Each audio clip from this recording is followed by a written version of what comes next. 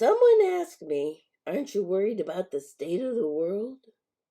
I allowed myself to breathe, and then I said, "What is most important is not to allow your anxiety about what happens in the world to fill your heart. If your heart is filled with anxiety, you will get sick, and you will not be able to help." There are wars, big and small, in many places, and that can cause us to lose our peace. Anxiety is the illness of our age. We worry about ourselves, our family, our friends, our work, and the state of the world.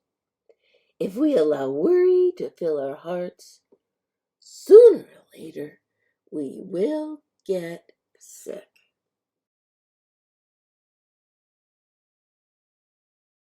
So you want to know what my answer is, right? Nettie, what's your big answer? Well, if you become worried, you may be doing nothing, and you may not want to do anything because you stew and chew. Because it says if you change your words and attitude to concern, you become motivated to do something about it.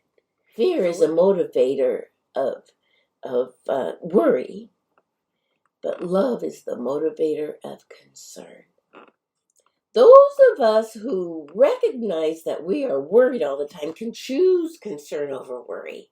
It's got to be a choice first, that we want to be able to do something about our circumstances, or even if it's something in the big world where decisions are being made to drop bombs or something, there's still something we can do. There is. But you know what? I think it is spirit that is the one that grasps onto concern. It is our upbringing in compassion and kindness and love that helps us turn the corner and separate worry from concern. So once we get that, we realize that all we're doing by taking one step at a time is lighting one candle at a time, lighting up our hearts and our mind. We have to be the light in the world.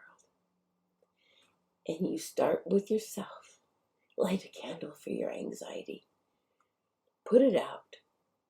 Put it out. Then relight that candle for your concern for self and others. And think of one thing you can do. And you know what? The one thing you can do is pass the light on. It can just be at the grocery store. You can say to the clerk, "You are doing such a good job. Thank you for being here."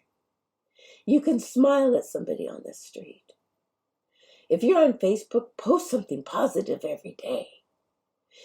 Be the light. Because once you do, others are going to pick up that light. And you know what they're going to do?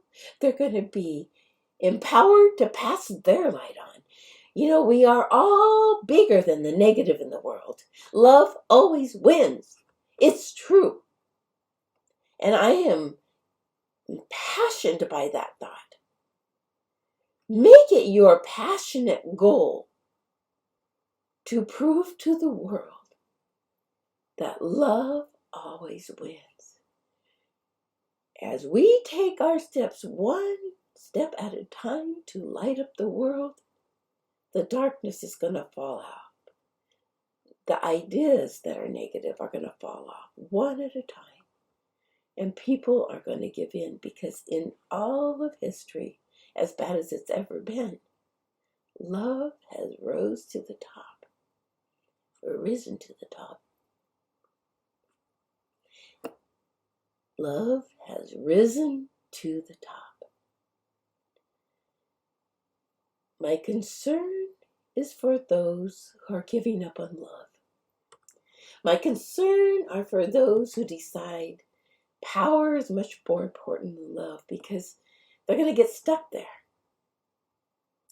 And the world that is anxious is not productive. A world that is worried is going to sit and stew and chew.